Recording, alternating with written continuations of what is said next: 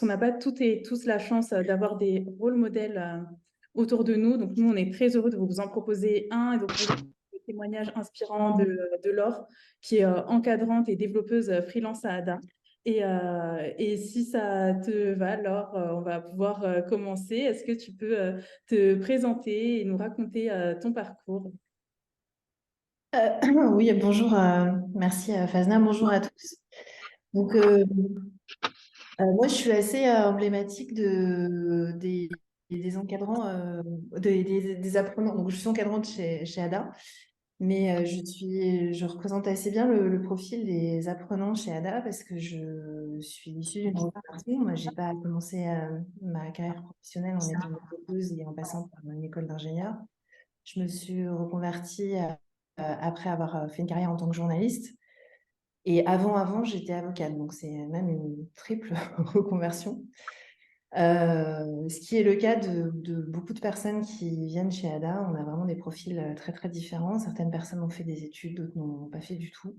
Certains ont travaillé dans la fonction publique, d'autres ont été acteurs, cuisiniers, responsable marketing. Enfin, on a vraiment une palette extrême. On a même eu un moine qui est venu dans une des promos. Donc, c'est vraiment une palette très vaste et la plupart des personnes qui arrivent chez ADA ont déjà un métier, ont déjà une carrière professionnelle avant.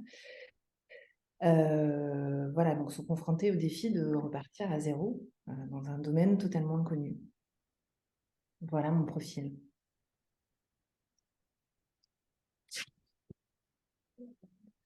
Oh, on t'entend pas.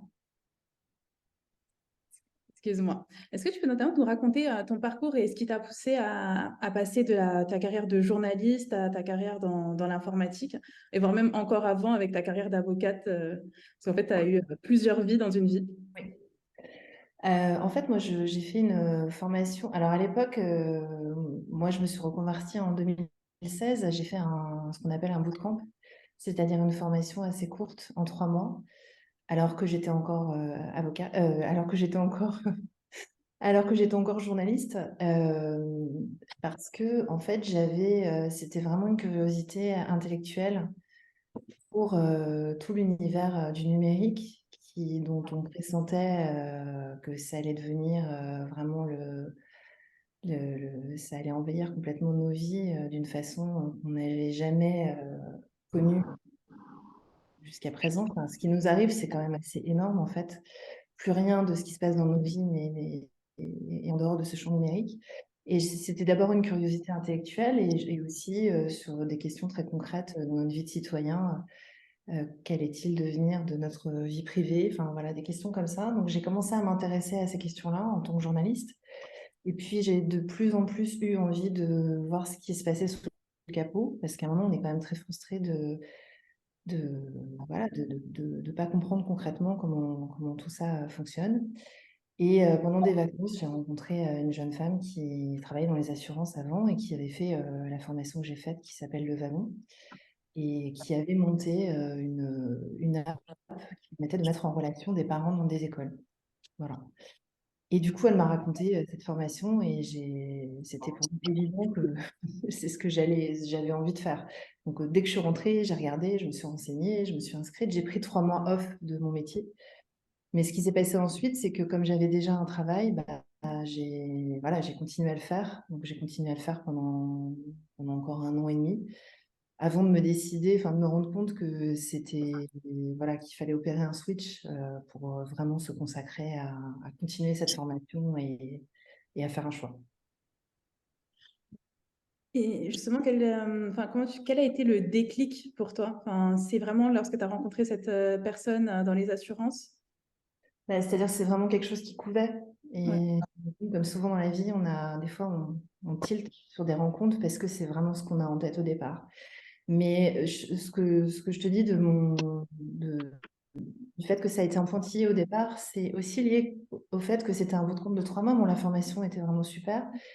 Mais si cette école ne proposait pas d'alternance ensuite, c'est-à-dire que c'était vraiment une formation en 3 mois, et puis après, on continuait à se former. Si on voulait, on essayait de passer des entretiens, mais euh, je pense que c'était peut-être un petit peu court pour moi à l'époque. Ouais. Si la formation avait été un petit peu plus longue, comme ce qu'on propose chez ADA, c'est-à-dire 9 mois où vraiment on arrive à voir un petit peu, avoir une bonne idée de l'écosystème et ensuite un départ en alternance pendant 1 an qui permet de vraiment pratiquer, là c'est vraiment professionnalisant. Ouais, ouais, ouais, je comprends complètement. C'est vrai que dans les personnes qui s'interrogent à rejoindre la formation ADA, on a souvent des personnes qui nous disent qu'elles ont hésité avec des bootcamps ou qui ont fait des bootcamps, mais qui trouvaient que c'était un peu court et qui ne se sentaient pas prêtes à rejoindre le monde de l'entreprise, qui avaient besoin de se confronter un peu au monde professionnel tout en étant encore dans un cadre un peu scolaire avant d'aller dans le grand bain. Donc, c'est vrai que ouais, 3 mois, ça peut paraître un peu court. Ça peut faire en sorte qu'on peut hésiter à se sentir légitime pour se lancer. Alors que dans un parcours plus long et plus professionnalisant, la question se pose plus au bout d'un moment. Oui, complètement. Et justement, toi, est-ce que tu as eu, enfin, il y a eu des moments où tu as rencontré des défis ou des obstacles dans ta reconversion professionnelle et comment tu les as surmontés? Bah alors, comme dit Révi, qui est une super encadrante chez ADA, le principal défi, il est avec soi-même, hein. C'est-à-dire de surmonter ses doutes, d'être capable de supporter, de se retrouver tout nu, en fait, parce que bah, on arrive tous sans connaissance, en fait, quand on a eu une carrière qui n'avait rien à voir avec l'informatique. Donc, il faut pouvoir avoir la patience d'accepter que voilà, ça va prendre peut-être un petit peu de temps, mais que c'est passionnant, et qu'il faut s'accrocher, qu'il va y avoir des moments difficiles, mais c'est vraiment une lutte contre soi, ne pas se laisser envahir par les doutes, croire en soi, accepter que bah, il faut pratiquer euh, pour acquérir des compétences. En fait, il faut avoir la foi, voilà. Mais comme c'est passionnant et comme en général on en a très envie, bon, on est quand même porté. Mais je dirais que le principal combat, il est avec soi-même. Ouais, je comprends complètement. Ouais, parce qu'en fait, il y a aussi une question qui se pose, c'est notamment pour certaines femmes, c'est gérer aussi cette reconversion tout en gérant un métier actuellement. C'est aussi la perte de revenus que ça peut engendrer. Enfin, il y a toute une période de flou qui peut faire hésiter beaucoup à se lancer. Ouais, ouais, absolument. Mais certains ont des enfants. Enfin, moi, j'avais des enfants petits quand je me suis reconvertie. Mais bon, c'est possible. Ouais. Ouais. Il faut avoir la foi et lutter justement peut-être contre le syndrome de l'imposteur. Est-ce que toi, c'est quelque chose que tu as ressenti justement, ce fameux syndrome de l'imposteur? Oui, oui, mais alors, on va dire qu'au début, il est un peu légitime. En fait, le syndrome de l'imposteur, il est ressenti aussi par des gens qui sont extrêmement compétents dans leur domaine, qui ont beaucoup de réalisations et qui, malgré toutes ces réalisations, se sentent bah, des imposteurs. C'est-à-dire qu'ils ont peur qu'on vienne leur taper sur l'épaule pour leur dire, mais en fait, tout ça, c'est pas vrai, on t'a démasqué. Donc, mais c'est très fréquent, hein. Enfin, je pense que là, parmi nous, il y a beaucoup de personnes qui pourraient se reconnaître dans cette description. Bah oui, en fait, quand on débute, bah, on est débutant. Et c'est surtout ça qu'il faut accepter. Mais c'est-à-dire qu'il faut être capable aussi de s'en servir. C'est-à-dire qu'il y a peu de domaines, quand on a déjà eu une carrière, où on peut se permettre de se présenter comme débutant. Ça peut être aussi confortable parce que bah, les gens acceptent ça, en fait, et comprennent tout à fait qu'on ait des questions à poser ou qu'on ne connaisse pas tout.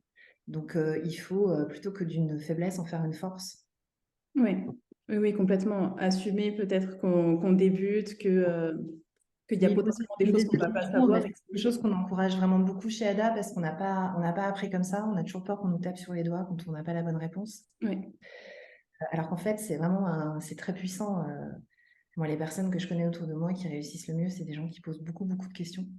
Et ça, c'est quelque chose qu'on encourage énormément chez ADA. Et c'est vrai que ça vient pas naturellement parce qu'on n'est pas habitué et on a tendance à être sanctionné quand on donne les mauvaises réponses ou quand on a l'impression qu'on va penser qu'on ne sait rien ou que ce sera la honte, en fait, alors que pas du tout. Et surtout, celui qui pose des questions, il soulage tout le monde parce qu'en fait, tout le monde a la question et n'osait pas la poser. Donc, ça détend tout le monde, quelqu'un qui pose beaucoup de questions. Et c'est vraiment un outil très, très, très, très puissant. Et c'est comme Oui, ça qu'on non, avance. c'est clair. Je pense qu'effectivement, il ne faut pas hésiter. En fait, certains et certaines ont tendance à penser enfin, que ça peut être un aveu d'incompétence, bien au contraire. Bien au Et, contraire, d'ailleurs. Ouais, moi, les projets que j'ai vus qui ne marchaient pas, c'était pas des problèmes techniques, hein. C'est parce que les gens n'avaient pas osé dire qu'ils ne savaient pas. Et c'est pas grave de pas savoir. Surtout dans des domaines comme ça où, en fait, on passe notre temps à apprendre. Même des gens qui travaillent dans le développement depuis 20 ans continuent à apprendre. Donc, on oui. peut être très, très à l'aise là-dessus.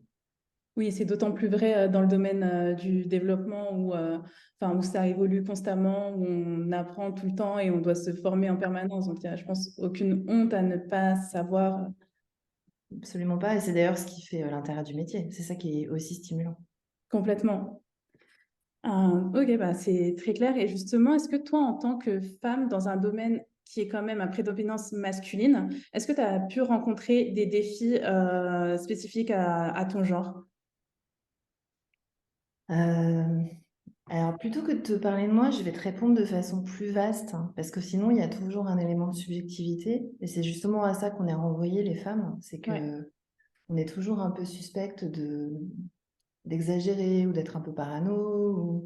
Ou quand on ressent des choses, quand on a l'impression d'être réduite à notre genre. Mais ça nous arrive. Et ça a quand même été assez documenté, quels que soient d'ailleurs les métiers, hein. Les femmes politiques en ont beaucoup parlé, euh, de cette façon de devoir peut-être parler un peu plus fort ou répéter ou de pas toujours être pris au sérieux comme on voudrait. Et d'ailleurs, on avait cette discussion enfin, il y a une semaine, là, je parlais avec des développeuses et l'une d'entre elles racontait que dans sa dernière boîte, en fait, quand elle posait une question, on lui expliquait tout le code. Et du coup, c'était pas, elle avait juste une question, en fait. Et une autre développeuse lui a dit non, mais moi, non, non, ça m'arrive pas parce que je m'affirme. Mais en fait, c'est pas un problème. C'est-à-dire qu'en fait, dire aux femmes qu'elles doivent plus s'affirmer ou plus avoir confiance, on entend ça beaucoup, hein. Mhm. Moi, je crois pas que la confiance ou la capacité à s'affirmer soit genrée. Je pense qu'il y a aussi des hommes qui ont pas confiance en eux ou qui ont plus de mal à s'affirmer. C'est juste que d'une certaine façon, peut-être ça se voit moins ou qu'on l'accepte mieux. Ce que je veux dire par là, c'est qu'il y a quand même le principe du stéréotype, c'est que c'est quelque chose qui se diffuse comme ça dans la société. Alors évidemment, il y a des gens qui ne vont pas parler aux femmes comme ça. Enfin, bien sûr, c'est pas tout le monde, hein. Mais c'est que les femmes se retrouvent quand même assez souvent dans des situations où elles ont l'impression qu'elles doivent elles doivent prouver plus ou elles doivent en faire plus Mhm. pour être entendues. Et ça, c'est quelque chose contre lequel on lutte chez ADA, c'est-à-dire qu'on essaye voilà, de mettre en place des outils pour sortir un peu de cette espèce de spirale un peu absurde où finalement, en disant ça, les femmes s'essentialisent, hein. Ça veut dire qu'elles se réduisent juste au fait d'être femmes. Et c'est justement ce qu'elles veulent pas. Enfin, il y a une espèce de spirale comme ça, un peu infernale, dont on aimerait bien sortir. Mais ça, il y a des facteurs historiques qui est lié au fait aussi, bah, justement, qu'il n'y a pas beaucoup de femmes encore dans l'informatique. Dans l'intelligence artificielle, c'est encore moins parce que je crois que plus de 98% de l'intelligence artificielle est faite par des hommes, ce qui pose un problème quand même de biais, parce que c'est pas tellement que les femmes sont ceci ou les hommes sont cela, c'est que parfois on a des expériences sociales différentes. Et c'est pas qu'un problème lié aux femmes, hein, c'est la diversité en général, hein. Parce que bon, là, on n'évoque que les femmes, mais c'est un problème de représentation. On a vu les problèmes posés par la reconnaissance faciale qui, au début, ne reconnaissait que des visages blancs, parce que bah, juste, elle avait été entraînée sur des visages blancs. Donc, il y a un biais. La représentation est extrêmement importante, pas seulement pour les individus concernés, mais pour la société tout entière. Oui, complètement, ouais. D'où l'intérêt d'avoir des équipes diversifiées et représentatives de la société. Absolument. Et justement, toi, est-ce que tu as eu des rôles modèles ou des personnes qui t'ont inspiré dans ton parcours de reconversion? Je sais que notamment, on a souvent des personnes qui disent ne pas avoir de rôle modèle ou avoir besoin, enfin, ne pas trouver de femmes, enfin, suffisamment de femmes dans la tech qui peuvent les représenter. Est-ce que toi, tu en as eu lors de ton parcours de reconversion? Bah, écoute, c'est une excellente question parce que moi, quand j'ai commencé, pourtant c'était il n'y a pas si longtemps, hein, tu vois, 2016, c'est pas si vieux, et ben, il y en avait. moins, enfin en tout cas, c'est pas qu'il y en avait moins, c'est qu'elles étaient moins faciles à trouver. Maintenant, il y a vraiment beaucoup de groupes de femmes, par exemple, je sais pas, les Duchesses en France, ou les Women on Rails, ou Women Who Code, Black Women Who Code, Women in Machine Learning, Women in Dev. Maintenant, il y a beaucoup de groupes qui existent et qui permettent de trouver ces rôles modèles. Moi, curieusement, je les ai trouvés un peu par le biais de mes anciens métiers, c'est-à-dire qu'il y avait une journaliste que je lisais beaucoup sur les questions tech, donc une journaliste femme. Là, la semaine dernière, j'ai écouté une interview d'une femme qui s'appelle Frédéric Bardot, qui s'occupe d'une association qui s'appelle We Are Not Weapon of War, et en fait qui lutte contre le viol comme arme de guerre, enfin en tout cas qui voudrait qu'il y ait une qualification juridique particulière. Et elle a mis en place une app qui permet aux femmes et aux hommes d'ailleurs qui sont victimes de viols de guerre de contacter des personnes de façon sécurisée. Donc elle n'est pas développeuse, mais c'est-à-dire qu'elle a eu une idée tech Ouais. qui est quand même très puissante et vraiment très intéressante. Et des femmes comme ça, on en trouve énormément. Oui. Ouais. C'est simplement que parfois elles sont pas suffisamment mises en avant et Mais en tout cas, si vous en cherchez, vous en alors, alors, je vais voir si on coupe le micro parce que c'est bon. Moi, je suis énormément de femmes développeuses sur Twitter, notamment. Enfin, moi, je suis beaucoup sur Twitter. Enfin, c'est mon réseau number one. Ok. Enfin, jusqu'à ce que ça s'écroule complètement avec les nouvelles règles. Maintenant, Oui, c'est c'est X. devenu X depuis peu. Ouais, c'est assez facile quand vous commencez à suivre des développeuses. Voilà, c'est une chaîne après. Donc, Ouais, mais c'est vrai qu'il existe énormément de communautés de femmes développeuses et de femmes dans la tech qu'on pourra aussi d'ailleurs vous partager à la fin à la fin de cette conférence par mail. Mais c'est vrai que c'est hyper intéressant pour s'entraider, pour trouver la documentation, pour se motiver aussi. Est-ce que toi, c'est un besoin que tu as eu d'avoir des rôles modèles ou pas nécessairement?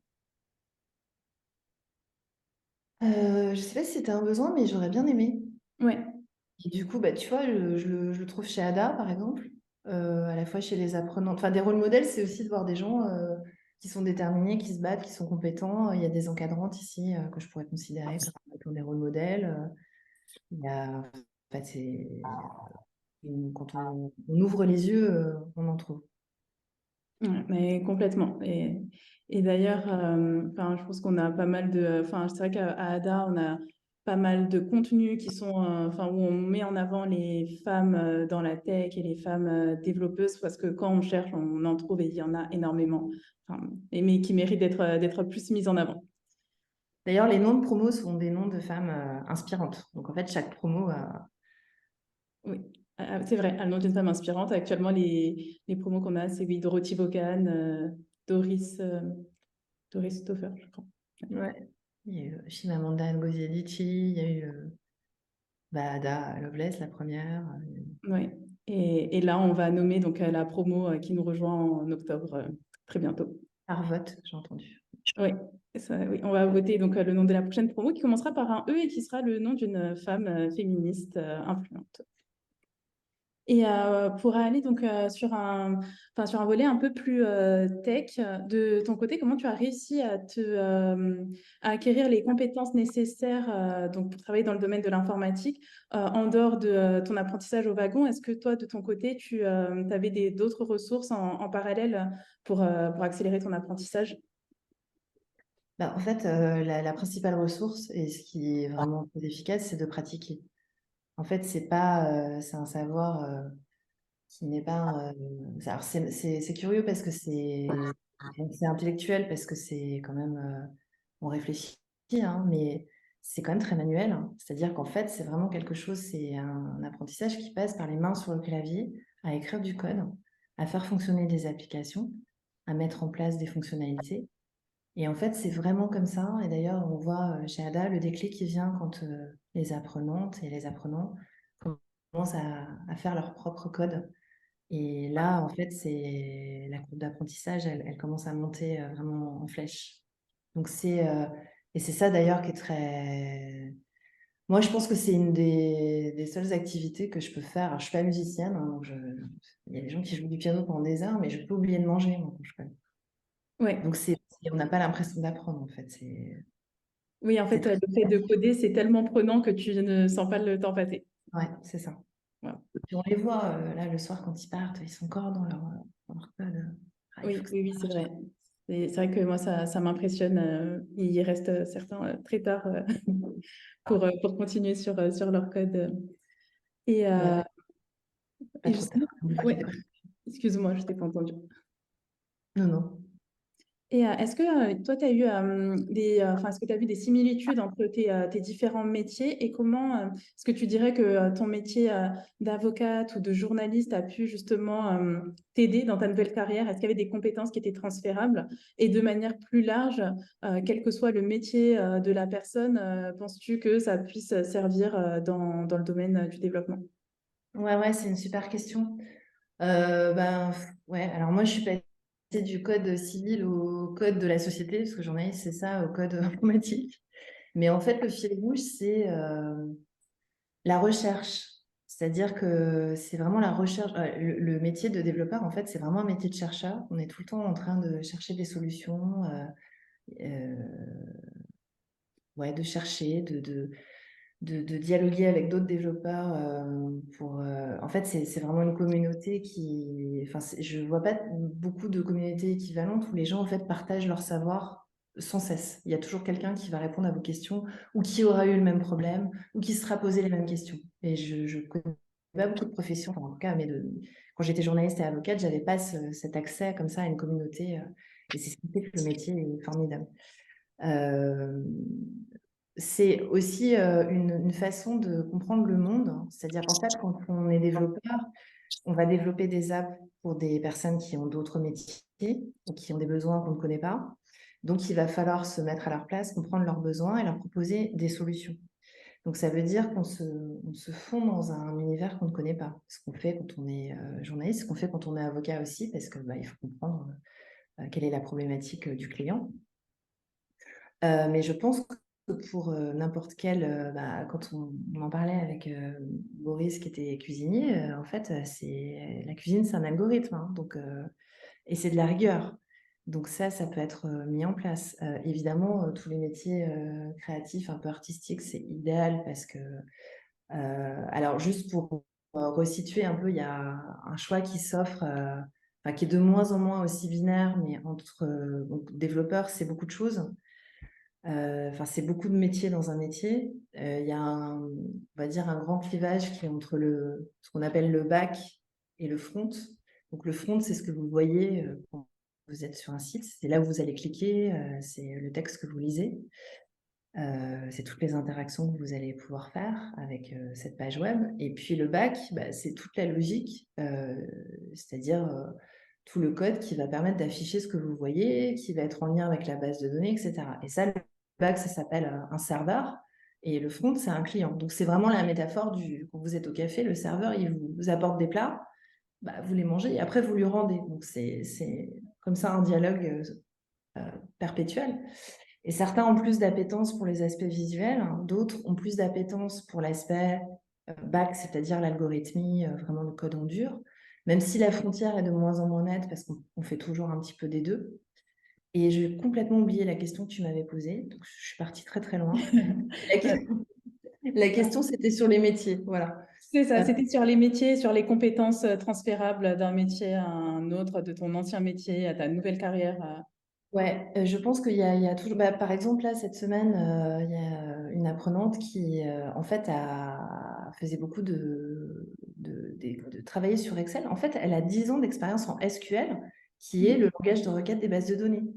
Et donc, elle est en train de se passionner pour la data. Là, elle s'est mise à Python, en se rendant compte que, en fait, c'est comme si elle avait pratiqué ça pendant. Enfin, je veux dire, c'est complètement transférable et elle va être extrêmement compétente. En plus, elle adore ça en s'orientant plutôt vers la partie data. Alors là, c'est plus l'analyse de données, le machine learning, le deep learning dont on parlait tout à l'heure. Mais voilà, encore une qui a fini par trouver. Idéalement, on sort de chez Ada en s'étant rapproché de qui on était et de nos appétences. Et c'est ça que permet cette école, parce que comme on essaye plusieurs langages, plusieurs technologies, qu'il y a aussi de la liberté pour explorer des choses qu'on a envie voilà, qui nous attirent et qu'il y a l'espace pour ça, que c'est pas que des choses imposées par l'école. Ça permet de sortir en s'étant rapproché de ce qui nous attirait, de ce qu'on pouvait mettre en lien avec le métier précédent. Et il y a toujours quelque chose. Bah, j'en suis l'exemple quand même. Moi, j'ai pas les maths, c'était vraiment pas mon truc. Et j'ai survécu, mieux que survécu. Donc, c'est quand même un langage, hein. Donc, même si vous faites des métiers plutôt littéraires, bon, bah, on apprend à parler à des êtres humains, à leur écrire, mais aussi on apprend à parler à un ordinateur dans son langage. C'est un peu les mêmes mécanismes. Ouais, hyper intéressant. Et justement, parce que là, c'est vrai que toi, tu as eu un métier d'avocat puis de journaliste. Et l'apprenante que tu nous as pris en exemple a utilisé Excel pendant plus de 10 ans. Est-ce que le métier de développeuse est aussi accessible à des personnes qui n'ont potentiellement pas fait d'études ou ont fait des métiers qui avaient strictement rien à voir? C'est une question Ah qu'on oui, nous pose ultra absolument. souvent. Bah, là, il y a même une apprenante dans une promotion à l'école qui n'a pas été scolarisée pendant longtemps Ok, et elle s'en sort extrêmement bien. Donc, d'accord. bon, c'est vraiment pas. Ouais. Bah, d'ailleurs, il n'y a pas de condition de diplôme et c'est pour une raison. Il y a une raison à ça. Ouais, ouais, effectivement, c'est vrai qu'on n'a pas de prérequis techniques et de prérequis de diplôme, mais c'est vrai que on peut avoir certaines personnes qui s'interrogent ou qui peuvent ne pas se sentir légitimes du fait justement de ne pas avoir de diplôme. Pour autant, enfin après tu pourras me le confirmer, mais il suffit d'être très motivé, de se former en permanence, enfin d'être curieux, je pense. Et c'est ce qui fait la La différence. curiosité, c'est super important. C'est vraiment même le principal moteur qui soutient la motivation et l'apprentissage. Ouais, hyper intéressant. Et moi, j'avais aussi une autre question. C'est justement en regardant en arrière, est-ce que toi, il y aurait des choses que tu aurais fait différemment dans ton parcours de reconversion, notamment au regard de tout ce qui est arrivé aujourd'hui, si on parle, enfin, notamment avec l'arrivée de l'IA, par exemple. Qu'est-ce que toi, tu aurais mis en place si tu devais te reconvertir aujourd'hui? Je pense que je me serais tout de suite mis dans des réseaux avec d'autres développeurs, ce que je n'ai pas fait. Mais justement, on en a parlé, il y en avait moins, enfin, c'était moins facile de les trouver. J'ai pas eu le réflexe de le faire. Je pense que c'est essentiel quand on se reconvertit de trouver des binômes, des gens avec qui parler, justement de trouver des rôles inspirants, aussi de discuter pour comprendre un peu dans quel écosystème on évolue, on va évoluer, apprendre des choses par les autres. Ça, c'est un énorme soutien à la motivation. Et vraiment, ouais, si je devais changer quelque chose, ça serait ça. D'ailleurs, c'est ce qu'on essaie de mettre en place, nous, ici, c'est-à-dire un dialogue permanent, une communauté qui dialogue avec des personnes qui sont un peu plus loin sur le chemin, qui parlent à d'autres qui commencent, un échange comme ça perpétuel et qui permet de se rassurer et surtout de ne pas être seul. Et de verbaliser aussi, parce que c'est important de verbaliser ce qu'on apprend. Oui, complètement. Merci. Et, euh, et d'ailleurs, quel langage toi, tu conseillerais à quelqu'un qui souhaiterait apprendre à coder? Alors ici, on commence par JavaScript, ce qui fait sens parce que c'est alors à l'origine un langage de front. Donc si vous avez suivi, c'est le client. Donc voilà, tout ce qui est graphisme, tout ce qui se voit et qui permet d'interagir avec une page internet et qui est aussi qui a évolué en étant un langage complet parce que c'est aussi un langage de bac, donc ça permet d'appréhender les deux. Et surtout, c'est assez essentiel de maîtriser ce langage, quoi qu'on fasse plus tard en fait. Euh, et puis, ça ouvre un champ de possibilités très vaste. On peut aussi commencer par Python si on a plus d'appétence pour la partie algorithmique. C'est un langage qui est vraiment très sympa. C'est très sympa parce que la syntaxe, c'est pas très compliqué. Elle se lit un peu, alors comme un roman, faut peut-être pas exagérer au départ, mais elle se lit quand même. C'est un langage très, très humanisant, qui est très proche du langage avec lequel j'ai commencé moi, qui s'appelle Ruby, qui porte très bien son nom parce que je trouve que c'est un joyau ce langage, mais c'est un langage qui est inspiré de Python.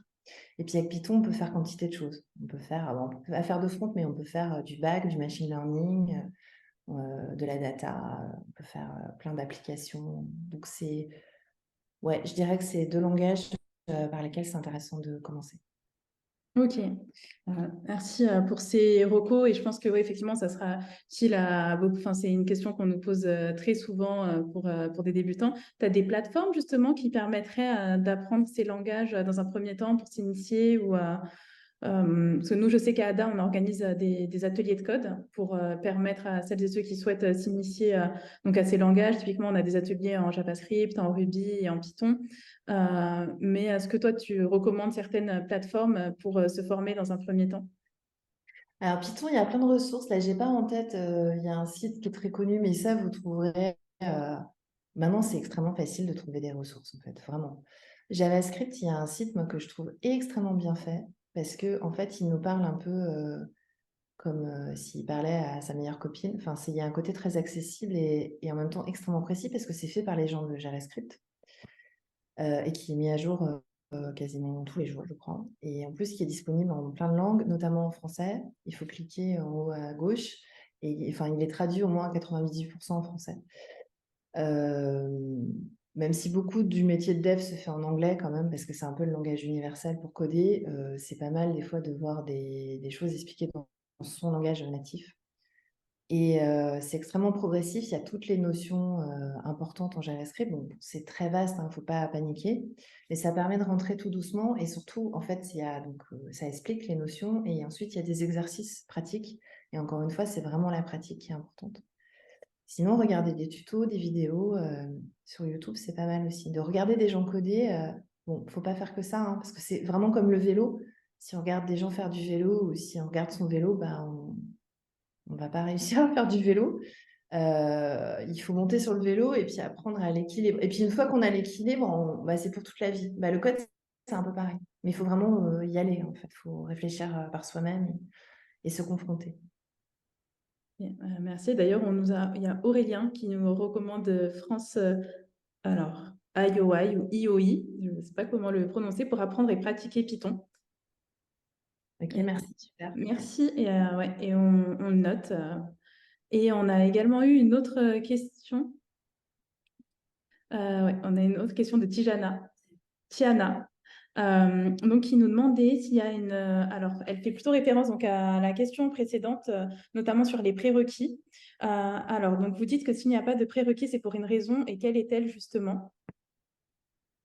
Bah, Euh, le fait qu'on n'a pas besoin d'avoir un savoir académique pour rentrer dans le code, c'est encore une fois quelque chose de très concret et qui s'apprend par l'apprentissage. Bah, d'ailleurs, vous partez, enfin, les apprenants qui quittent ADA partent en apprentissage, hein, et ça s'apprend vraiment de manière très, très concrète. Donc, ce qui veut dire que si on n'a pas acquis les codes attendus par le savoir académique, c'est pas grave en fait. Il y a d'autres façons d'apprendre.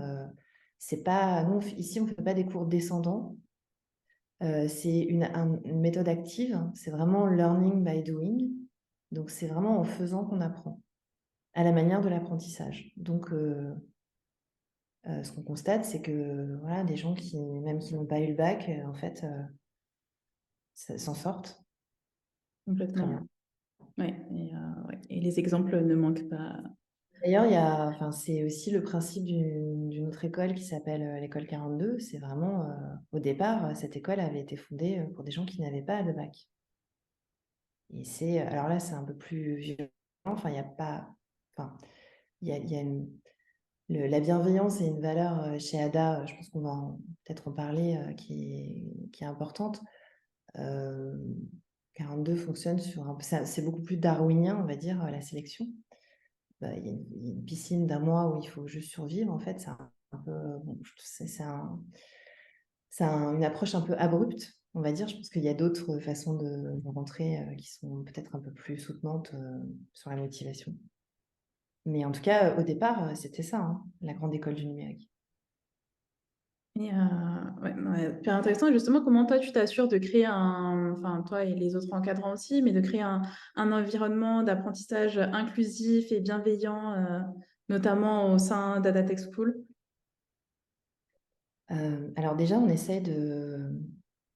Alors, c'est pas évident parce qu'on a tous appris comme ça et on est un peu formaté comme ça. Il n'y a pas de compétition. Il n'y a pas de compétition, il n'y a pas de notes. C'est-à-dire qu'il n'y a pas d'évaluation, on n'est pas en train de se comparer. Ah ouais, toi, tu as eu 20, moi j'ai eu 12. Qu'est-ce que ça veut dire? L'idée, c'est pas d'arriver le premier. L'idée, c'est pas de courir en s'essoufflant au même rythme que d'autres, ce qui n'a aucun sens. En fait, ce qui est important, c'est son propre rythme, sa propre respiration. Et le plus important à apprendre chez Ada, c'est justement à trouver son propre souffle. Et pour ça, on se base beaucoup sur la coopération. C'est-à-dire qu'il y a au moins, je crois, 5, là tu vas me corriger à Fasna, mais en tout cas, au moins 5 projets collectifs qui apprennent à travailler avec les autres, à la camaraderie, le fait d'être... on est coéquipiers, on n'est pas là pour se marcher dessus, on est là pour travailler ensemble. Et ça, non seulement ça crée un espace où c'est quand même beaucoup de charge mentale d'apprendre des nouvelles compétences. Donc si en plus on doit s'occuper de l'esprit avec le fait d'avoir peur de ne pas avancer assez vite ou de ne pas être au niveau des autres ou de devoir se protéger des autres, ou c'est de l'espace qui est occupé inutilement. Là, c'est tout l'inverse. Et puis surtout, alors ça, c'est favorable à l'apprentissage, mais c'est aussi une compétence très importante pour la suite parce que, bah, en général, quand on est dev, on travaille en équipe. Et c'est super important d'avoir appris à le faire, c'est-à-dire avoir appris à parler de ce qu'on fait, avoir la patience d'écouter les autres, oser dire bah, qu'on ne comprend pas quelque chose et demander à ce que ça soit expliqué. Tout ça, c'est des choses qui obligent aussi un peu à sortir de soi-même. Et ce qu'on voit, c'est qu'il y a des personnes qui disent que chez Ada, elles ont aussi appris beaucoup sur elles-mêmes dans le groupe. Parce qu'on est rarement dans cette posture-là, en fait. Et ça apprend beaucoup sur soi-même. Voilà comment on est. Alors, c'est pas facile parce qu'on est évidemment tous un peu formatés comme ça depuis toujours. Mais en tout cas, l'école n'appuie pas sur cette tendance naturelle, on va dire, enfin, cette tendance apprise, ne renforce absolument pas la compétition et essaie de favoriser la coopération. Cette réponse ultra complète. Et pour terminer, avant de passer aux questions-réponses, quels sont les avantages selon toi du métier de développeuse? Qu'est-ce qui te donne de l'énergie au quotidien? Et voilà, et pourquoi tu te vois continuer encore dedans? Bah, ce qui me donne de l'énergie, c'est que je trouve ça génial. Vraiment, ouais, moi, je m'en lasse pas. Oui, c'est exactement ça, c'est très énergisant. Parce que c'est très créatif, parce que c'est très stimulant en termes d'apprentissage. On ne s'ennuie pas parce qu'il y a tout le temps des choses à apprendre et des nouvelles, et voilà, des nouveaux langages, des nouvelles technologies. Enfin, voilà, ça ne s'arrête jamais, c'est très stimulant. C'est aussi un métier, alors bah, il y a aussi moi je connais des développeurs qui travaillent, je sais pas, ils vont à Barcelone pendant un mois et puis ils bossent de Barcelone et puis après ils vont à Amsterdam. Quand j'ai des contrats avec des gens qui viennent d'un peu partout, on voit des gens dans des cafés, ceux qui n'ont pas d'enfants et pas de charge de famille, ils peuvent avoir la vie qu'ils ont envie d'avoir. Enfin, c'est quand même un métier de liberté aussi. Complètement. Voilà, enfin, je pourrais, là, là, enfin, je peux en parler toute la soirée hein, des avantages du métier de développeur, mais moi, je me sens très vivante dans ce métier. Oui. Tu envisages de te reconvertir à nouveau dans un autre métier? On verra ouais, en moyenne, c'est tous les 15 ans, donc, Ouais, t'as encore de la marge. Trop bien. mais Bah, pour merci. l'instant, je suis très heureuse. Ouais, bah, c'est trop cool et ça se voit et ça se ressent quand tu en parles. Donc, c'est communicatif. Bah, merci Laure pour nous avoir présenté ton parcours. On a eu pas mal de questions et je pense qu'on en aura d'autres. Donc peut-être qu'on peut commencer déjà à y répondre. On a une question notamment de Fésar qui nous demande quel est le taux d'étudiants à ADA qui trouvent un emploi immédiatement après la formation. Donc ça, je pense que je suis plus en mesure d'y répondre. Donc là, à Datex School, donc c'est une école qui a été créée en 2019. Donc les promotions qui se retrouvent là sur le marché de l'emploi, on a, je crois, 2 promotions qui viennent d'intégrer le... Ouais, et une troisième qui sort, qui a intégré le marché de l'emploi. Donc là, on a un taux qui est au-dessus de 90%. Et donc, beaucoup trouvent, enfin, restent en CDI dans la boîte dans la boîte dans laquelle ils ont fait leur alternance. Certains se lancent du coup en freelance et d'autres poursuivent leurs études avec un master et souhaitent compléter la formation en se spécialisant dans des domaines spécifiques. Donc voilà. Alors, on a une autre question de Nabil qui est: quel est le site pour JavaScript, Laure? Ah oui, je ne vous l'ai pas dit, pardon. C'est javascript.info. JavaScript, je l'écris dans la barre de chat. Et preneuse de vos ressources aussi, si vous avez des sites favoris à partager avec nous. Oui, n'hésitez pas à nous partager vos ressources. Et son autre question, donc Nabil avait également une autre question. Donc, combien de temps as-tu mis pour avoir une certaine compréhension du mécanisme et être opérationnel pour intégrer le monde professionnel? Enfin, faut-il mieux se spécialiser en front ou en back ou autre? Bah alors ça, il n'y a pas de mieux, hein. C'est vraiment en fonction des appétences. Combien de temps j'ai mis? Ça, c'est une bonne question, qui est un peu biaisée par l'atypisme un peu de... je dirais que, en fait, moi, j'ai fait mon bootcamp où j'avais l'impression qu'il y avait un rouleau compresseur qui m'était passé dessus. Et en termes de, voilà, j'ai vraiment... voilà. Et bah, c'était super, hein, mais j'ai dû reprendre après ce que j'avais appris. C'est-à-dire qu'en fait, il y a quand même un temps de digestion qui est un peu incompressible, hein, en fonction de si on a codé ou pas. Moi, j'avais pas ouvert un terminal en commençant. En fait, ça se décante petit à petit et il y a des déclics qui se font. Bah, on le voit ici d'ailleurs, qui peuvent. Ça ça peut prendre 4 mois pour certaines choses, mais une fois que c'est acquis, c'est acquis. Et il y a en fait des angles morts qui se comblent au fur et à mesure. Mais ce qui est important, c'est de continuer de pratiquer en fait. Le temps, il dépend des gens. Il y a quand même un temps incompressible quand on n'a jamais codé, qui est de quelques mois, hein. Il faut quand même bien. On sent ici que c'est au bout de 3 mois que vraiment les choses commencent à se solidifier, on va dire. Où là, ça commence à. Il y a une architecture d'apprentissage qui commence à se mettre en place. Et l'idée, c'est pas d'aller trop vite, justement. C'est vraiment de repasser sur les notions, voilà, de prendre son temps, de vraiment manipuler et mâcher. Je ne sais pas si ça répond vraiment à la question parce que c'est très subjectif. Ouais. N'hésite pas à nous dire, Nabil, mais en tout cas, moi, ça me paraît ultra clair. Une autre question concernant le diplôme. Donc, quel est le niveau d'études validé après la formation à ADA? Donc, Aurélien a très justement répondu en disant que c'est un titre professionnel concepteur développeur d'applications, donc qui donne donc c'est l'équivalent d'un niveau licence, donc bac+3, et qui permet de se spécialiser si la personne le souhaite après en master. Donc, c'est un titre qui est reconnu RNCP et reconnu par l'État. Oui, absolument. Ça, c'est quelque chose que les apprenants font à la fin de leur alternance, en équipe, souvent, accompagnés par l'école. D'ailleurs, elles commencent pendant qu'elles sont en alternance les vendredis. Et ça, c'est vraiment là le moment où tous se regroupent, où elles sont capables de faire une app complète avec tous les prérequis techniques nécessaires pour passer ce diplôme. Et c'est vraiment intéressant de passer cette certification. Ouais.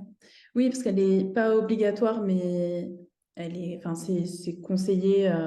Ça peut qu'être une porte ouverte pour la suite. Oui, absolument. En tout cas, ça permet vraiment de mettre la touche finale à sa formation, notamment d'être capable de parler de ce qu'on fait, de le présenter, de l'expliquer. Et ça, c'est vraiment très important. Complètement.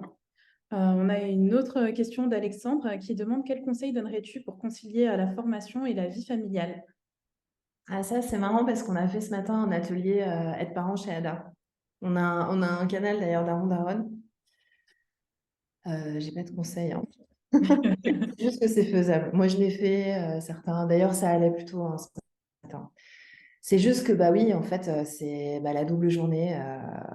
Le fait que. Mais alors après, ne pas pouvoir coder le soir ou ne pas pouvoir coder les week-ends parce qu'on a d'autres choses à faire, c'est pas plus mal hein, aussi. Les enfants, c'est des ralentisseurs humanisants et c'est plutôt une chance. Enfin, il vaut mieux le voir comme ça. C'est faisable en négociant bien avec son conjoint, en se prévoyant un resto par mois, pas que ça. Et puis surtout, enfin, ça donne de l'énergie hein, quand même. C'est pas que. Donc c'est aussi de l'énergie qu'on apporte chez soi. Et de toute façon, la vie avec les enfants est un challenge. Donc même quand on travaille et qu'ils sont là, mais c'est pas, enfin, c'est pas du tout un frein. Ok, ouais, c'est pas incompatible. On peut, Ah, heureusement. ouais, on peut être parent et se reconvertir. Ah, trop bien. Et on a une autre question d'Adam. Bonjour Laure, peux-tu nous parler de ton expérience en alternance en entreprise et ce que tu y faisais, langage et projets sur lesquels tu travaillais notamment? Alors moi, je n'ai pas fait d'alternance, justement. J'ai pas eu ce parcours-là. Et j'ai pas travaillé. Moi, je travaille en freelance, donc je travaille en entreprise par intermittence, on va dire. C'est-à-dire que je suis intégrée à des équipes, mais pour un temps, il y a des contrats plus ou moins longs. Mais qu'est-ce que je faisais? Alors ça, c'est vraiment une question très très vaste. Qu'est-ce que c'est que la journée d'un dev? Sur quoi on travaille? Est-ce que Fazna, est-ce que tu peux préciser la question? Oui, alors j'avais pas plus d'informations, mais est-ce que Adam, tu peux nous préciser ta question? Sinon, je peux répondre sur l'alternance, ce que font les alternants. Si c'est ça ta question, en fait, ils sont intégrés à des équipes. On leur laisse le temps de prendre connaissance de la code base, c'est-à-dire le code existant, parce que bah, ils arrivent sur du code qui est déjà écrit et dans lequel ils doivent se fondre et dans lequel ils doivent ajouter des fonctionnalités. Mais d'abord, il faut qu'ils comprennent le code. Et ce qui est super en alternance, c'est que vraiment, ils ont un mentor qui leur est dédié et l'entreprise doit laisser du temps à ce mentor pour passer du temps avec eux. Donc, quelqu'un qui va faire des points réguliers avec eux pour leur expliquer ce qu'ils doivent faire, pour être disponible s'ils ont des questions. En général, ils ont des tâches assez précises. Parfois, ils prennent ce qu'on appelle des tickets, c'est-à-dire qu'il y a un bug à résoudre, une fonctionnalité à coder très précise. Et bah voilà, ils ont pour mission de travailler sur cette tâche-là. Une fois que c'est fait, ils déplacent. On a en entreprise des espèces de cabans, enfin, c'est des petites cartes qu'on déplace avec ce qui doit être fait, quand est-ce que c'est fait, ce qu'il y a à faire. Voilà. Et donc, ils déplacent ces petites cartes-là. Euh, bon, ça, c'est assez globalement le boulot de dev au sein d'une équipe en alternance. Merci beaucoup. Et Adam, n'hésite pas. Ah bah, je viens de voir que tu as précisé ta question. Ok, ma question, c'était spécifiquement pour l'alternance, c'était pour savoir ce qu'on peut faire quand on débute. Donc, Bah, tout dépend tout dépend de l'entreprise, tout dépend de toi. Euh, En général, l'entreprise n'est pas censée attendre de vous que vous soyez spécialiste dans tel ou tel langage. En fait, vous arrivez avec votre capacité, vous avez appris à apprendre, vous avez appris à chercher, vous avez appris à lire du code, vous avez appris à le comprendre. Vous avez un regard assez large sur l'écosystème dans lequel vous pouvez vous repérer. Et justement, vous êtes là pour mettre les mains dans le cambouis et commencer à coder des fonctionnalités sur une stack précise. Quand je dis une stack, c'est le langage de l'entreprise, les outils qu'elle utilise. Parce que chez Ada, vous essayez beaucoup de choses, mais là, vous vous focalisez sur un langage, une stack. Et ça, c'est très important pour monter en compétence en étant focus. Et donc, ben, certains font des tickets très rapidement. D'autres, on va leur laisser le temps un peu voilà, d'explorer. Il n'y a pas une façon de faire, en fait. il y a plusieurs façons de faire et vous pouvez aussi, d'une certaine mesure, un peu choisir le type d'entreprise dans lequel vous voulez aller. Même si c'est comme une recherche d'emploi, donc on ne choisit pas toujours complètement, mais quand même en partie, en grande partie. Alors, merci, j'espère que ça répond à ta question, Adam. Et alors, je vois que tu as ajouté une autre question. Donc, c'est intéressant le parcours de Laure. A-t-elle été freelance directement au bout des 9 mois? En fait, pour te donner plus de précision, donc, Laure est encadrante à Ada Tech School, mais n'est pas apprenante, donc n'a pas suivi la formation à Ada. En revanche, elle encadre, c'est-à-dire qu'elle accompagne les apprenants dans leur formation. Donc, je ne sais pas si Laure, tu veux compléter. Ouais, non, mais c'est une bonne question. La question, c'est est-ce qu'on peut être freelance comme ça? Euh, Honnêtement, je recommanderais pas. Et c'est pour ça que je trouve que de partir en alternance, je pense que c'est important d'avoir fait un passage en entreprise. Ça permet d'apprendre beaucoup, d'apprendre les bonnes pratiques, d'apprendre aussi les codes du métier. C'est vraiment très rassurant et très professionnalisant. Moi, j'ai pas fait ça, mais parce que vraiment mon parcours est particulier, honnêtement. Et puis parce que très vite, j'ai embrayé sur des choses. Enfin bon, ça s'est fait un peu naturellement. Mais je pense que c'est une bonne idée d'avoir quand même une expérience, même si c'est une expérience de dev junior de 2 ans en entreprise. Voilà, je dirais plutôt comme ça. Après, évidemment, tout est possible. On a aussi des gens qui arrivent chez Ada qui ont codé depuis longtemps avant et qui veulent finir leur formation, donc ils sont déjà quand même un peu opérationnels qui pourraient être opérationnels sur des missions. Voilà, il n'y a pas vraiment de profil type, hein. Mais en règle générale, je conseillerais plutôt ça, comme un passage en entreprise. Merci. Et on a une autre question donc, d'Alexandre qui nous demande si ça serait intéressant de demander une entreprise une journée découverte pour voir un peu comment se passe le métier de développeur, développeuse. C'est une super idée. Ouais, Ouais, d'accord. ouais, je pense qu'il faut tenter.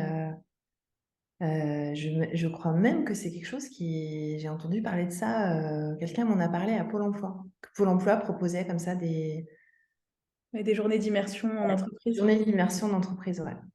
Ouais, hyper intéressant. Je pense que LinkedIn aussi, ça peut être pas mal pour contacter des devs et tenter sa chance. Ouais, je pense que les gens aiment bien parler de ce qu'ils font, donc ça vaut le coup de les contacter et voilà, de voir s'ils ont le temps de prendre un café, de discuter un peu au téléphone, ça se tente. Et c'est effectivement une bonne approche, ouais, pour aller voir. Il y a une autre chose que vous pouvez faire aussi pour être sûr de votre appétence, c'est ouais, de commencer à coder, de faire des petites tracks en ligne et de voir si ça vous plaît. Complètement. Si c'est le cas, il faut foncer. Oui, c'est clair. Mais c'est sûr qu'il il faut tester. Il n'y a pas de secret. L'autre question, c'est l'apprentissage doit se faire uniquement avec les entreprises partenaires d'ADA ou pas? Je peux te répondre non. Donc, nous, on organise en fait une job fair avec nos entreprises partenaires qui permet à nos apprenants de trouver leur alternance. Donc, on a plusieurs apprenants qui ont trouvé leur alternance grâce à cet événement, mais ils et elles sont complètement libres d'effectuer l'alternance dans l'entreprise de leur choix et c'est aussi encouragé. Alors, comment se passe l'examen exactement? Ouais, en fait, il faut établir un dossier avec toutes les spécifications techniques de l'application qu'on est en train de construire. Et il faut présenter, donc il y a vraiment toute une liste de fonctionnalités qu'il faut avoir implémentées. Et il faut ensuite pouvoir expliquer les choix techniques qu'on a faits. Mais donc c'est une présentation du fonctionnement de l'application et voilà, et répondre à des questions. Vous êtes accompagné, hein, chez Ada, on a Romain en fait, qui est membre du jury, donc qui connaît très bien les prérequis et qui vous aide à répéter et à construire votre dossier. Voilà, donc c'est très accompagné, mais ça n'a rien de. Enfin, c'est vraiment ce que vous allez faire tout au long de votre vie de dev, hein. Là, c'est vraiment créer une application complète qui fonctionne avec des utilisateurs réel ou fictif, hein, mais qui soit opérationnel pour être utilisé en tout cas. Ok. Merci pour cette réponse. On a eu également donc, Aurélien qui nous a transmis plusieurs liens pour se former au code dans les différents langages. Donc, merci beaucoup Aurélien. On vous partagera aussi toutes ces ressources par mail. Hyper intéressant, merci encore. On a Souraya qui nous demande comment se déroule la recherche d'alternance pour vos apprenants. J'ai un peu de crainte à ce sujet-là. Alors, je peux répondre et peut-être que Laure, tu pourras compléter aussi de ton point de vue d'encadrante. Mais alors, c'est vrai que nous, donc à ADA, comme je le disais tout à l'heure, on accompagne donc dans la recherche d'alternance. On a plusieurs entreprises partenaires. On organise donc notamment cette job fair qui est un événement de job dating au sein de nos locaux. Où on invite donc plusieurs de nos entreprises partenaires et les apprenants ont l'occasion donc d'effectuer un entretien en live. Et donc, plusieurs d'entre eux trouvent leur alternance lors de cet événement. On leur transmet également donc, les offres d'emploi des partenaires. Alors, juste un petit instant. Oui, du coup, pour accompagner dans la recherche d'alternance, qu'on fait également, c'est qu'on a aussi une coach carrière à ADA qui donc prépare aux entretiens, qui notamment prépare aussi à la posture à avoir un entretien, qui accompagne dans la rédaction de CV et de lettres de motivation. On organise aussi des simulations d'entretien avec des professionnels. Donc, des simulations d'entretien RH et des simulations d'entretien technique pour que les apprenants puissent démystifier l'exercice de l'entretien et se préparer lorsqu'ils devront vraiment passer un entretien pour leur alternance. Donc, on met en place plusieurs moyens justement pour les accompagner. Et pour donner un exemple donc, sur les dernières promotions, donc la promotion Shima Amanda, par exemple, l'année dernière, donc, qui est composée d'une vingtaine, de 16 apprenants, donc ils sont tous et toutes trouvé leur alternance. Et on est à environ 90% voire plus d'alternance trouvée. Souvent, c'est des personnes aussi qui ont dû arrêter pour raisons personnelles en cours de route. Mais ADA, on accompagne vraiment dans cette recherche. Et j'imagine que les encadrants aussi accompagnent les apprenants. Donc, peut-être que Laure, tu peux aussi compléter ma réponse. Non, mais très bonne réponse. Bah oui, ça a toujours un moment un peu stressant et un peu difficile, mais bon, au final, c'est comme une recherche d'emploi, hein. Donc j'imagine que certains ont déjà expérimenté ça, mais voilà, on arrive dans le grand bain et puis bon, au final, ça se passe souvent mieux que ce que les apprenantes craignent. Donc, alors, je poursuis avec Tiana. Donc, pour les examens, c'est un projet personnel ou collectif? Ça se fait en binôme. Donc, ouais, c'est un projet qui se fait en binôme. Voilà. Mais par ailleurs, n'hésitez pas à vous rendre aussi sur le blog d'AdaTech School. On a énormément de ressources sur le diplôme préparé à ADA. Donc, on a un article récent, vous pourrez le retrouver facilement, sur le contenu du diplôme et comment le préparer. Alors, on a une question d'Adam. Donc, Fazna, c'est à quelle date la rentrée en octobre? Donc, c'est tout début octobre, je pense. C'est le 2. Ouais, c'est le lundi 2. Et je ne vois pas d'autres questions.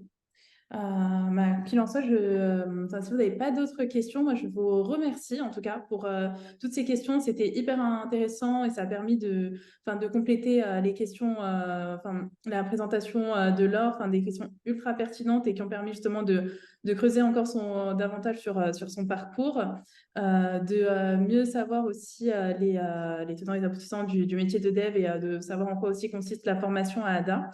Je remercie également Laure. Je ne sais pas si tu veux ajouter un petit mot.